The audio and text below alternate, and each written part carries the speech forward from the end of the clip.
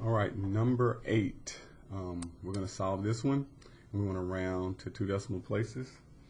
So again, given that we have e, we're going to use the natural log. So we have e to the 2x plus 6 equals 8 raised to the x divided by 10 power.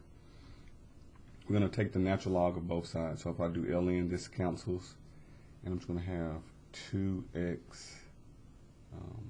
plus 6 equals ln of 8 to the x divided by t power. I'm going to use the property of log to bring this term, this x term, down.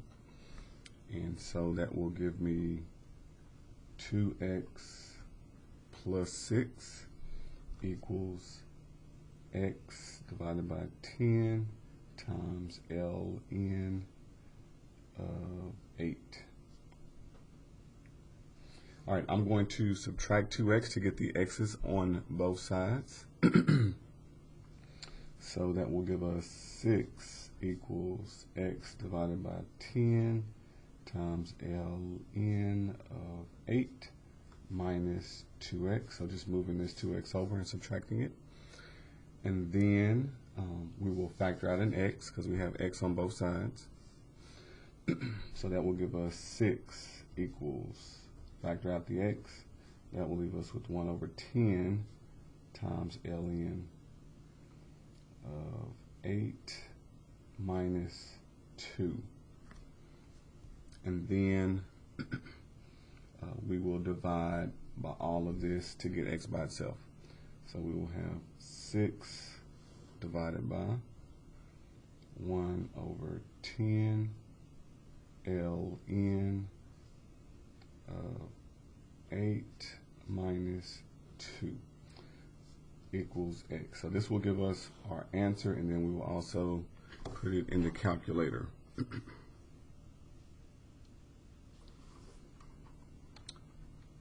So they actually don't want us to type it out, they just want us to put it in the calculator. And I have closed that up.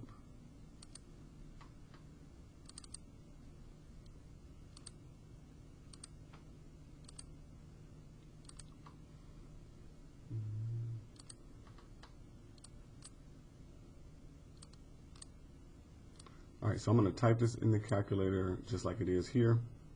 So I'm going to do alpha y equal enter to make the fraction bar, and then 6 on top, arrow down. We're going to do parentheses. I'll just do, no, let me do a fraction down here, alpha y equal enter again. We'll do 1 over 10.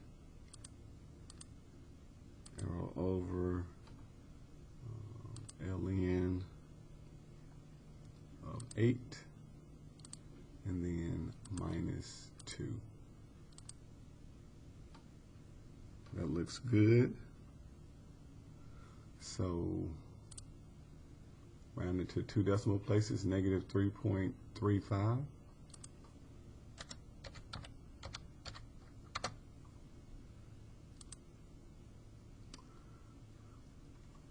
All right, number 9, we're going to solve these logarithm expressions. So the fact that we have 2 logs on the same side, we're going to use those properties of log to solve this problem. So they're just like the properties of exponents. So let's just refresh for a moment. Remember, properties of exponent, if I'm multiplying, let's say xa times x to the b, you can write that as x a plus b. Okay, and the same thing with logs. So if you use property of logs, if you have log, and it could be any base, let's just say x times y, you can rewrite that as addition. So just same thing, it'll be log whatever that base is of x plus log whatever that base is of y. So these properties are very much like exponents. When you do the division property. So let's just say XA divided by XB. You can write that as X and then the top A minus B. So division translates to subtraction, and then the same thing happens with log. So if I have log of, let's just say, X divided by Y, and the base has to be the same, we'll have log of X minus log of Y. And then that's pretty much what I just want to refresh you of here. So we see this property, two logs being subtracted. We can write them as one log. And then once we do that, we will use exponential notation and solve it. So number 9, we have log base 2 of X minus 2 minus log base 2 of X plus 1, and that equals 2. So since we have the same base on these logs, we can use that property of log to combine them. So when you subtract the logs right here, you just end up dividing the arguments with one log. So log base 2, this will be X minus 2 divided by X plus 1, and that equals 2. And then we're going to use the exponential property to rewrite this. So I'm going to move the base over. So it's going to give me X minus 2 over X plus 1 is equal to, move that base over, so this will be 2 to the second power. And then from here we will use algebra and solve the rest. So X minus 2 over X plus 1 equals 4. I'm going to multiply by the denominator. So I'm going to come over here and finish that. So multiply by X plus 1 on both sides. And this will give me X minus 2 equals 4 times X plus 1. So then we're going to distribute, and that will give us X minus 2 equals 4X plus 4. We're going to move the X to the same side by subtracting 4X. I'm going to add 2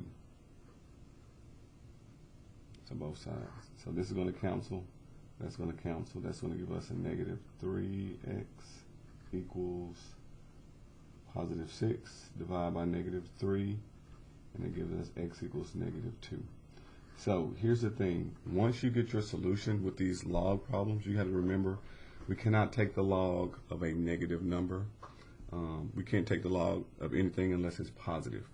So if I were to plug in a negative 2, this would be negative. I would be taking the log of a negative number.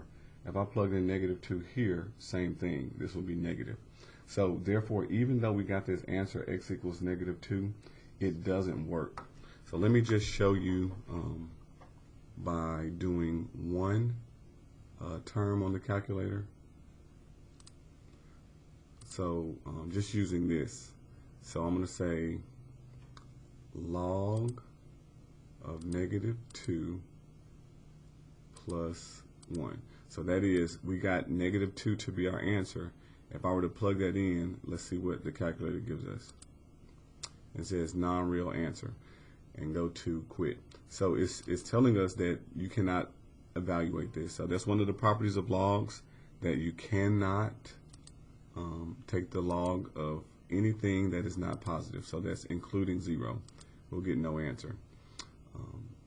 So we did get a solution, but that number does not work, so our answer is no solution.